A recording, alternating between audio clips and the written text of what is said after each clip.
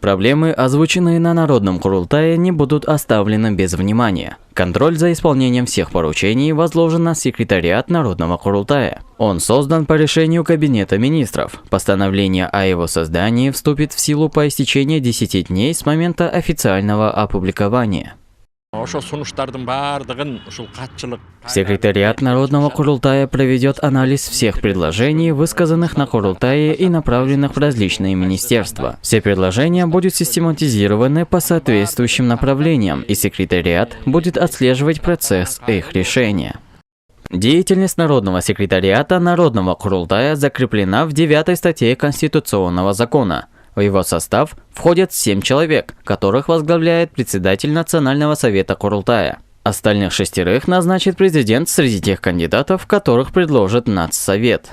Это очень серьезный работник, который должен обладать со всеми выполнением обязанностей государственного служащего. В первую очередь, это гражданин Кыргызской республики, имеющий высшее образование, несудимый и так далее, и так далее. Вот такие требования, какие у других государственных служащих.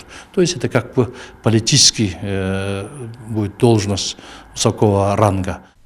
Сотрудники секретариата будут назначаться и освобождаться от должности главой государства. Порядок их работы определен положением, утвержденным регламентами Курултая. Министерству финансов уже поручено профинансировать деятельность секретариата в соответствии с установленным порядком. Средняя зарплата руководителя составляет где-то, это прогнозные данные, где-то около 50 тысяч сомов, а экспертов где-то 47-48 тысяч сомов.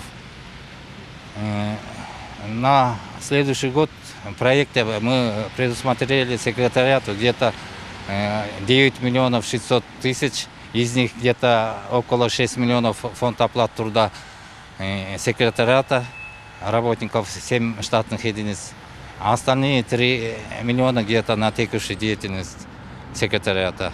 Все министерства, ведомства, полномочные представители президента в регионах и местные государственные администрации будут предоставлять необходимое содействие секретариату в осуществлении порученных им задач. То есть они являются мостом между государственными органами и представителями, делегатами Народного Курултая. Агентству по управлению государственным имуществом и администрации президента поручено предоставить служебные помещения для работы секретариата. Кроме того, на секретариат возложено организовать проведение следующего Курултая. Стоит отметить, что на текущем Народном Курултае 130 делегатов вынесли около 300 вопросов. В основном они касаются неразвитой ирригации, экологии, нехватки детских садов, строительства школ и дорожного строительства. Теперь секретариат будет контролировать реализацию этих предложений. Саймых Мусаев, Бекзат Машрапов, ЛТР, Бишкек.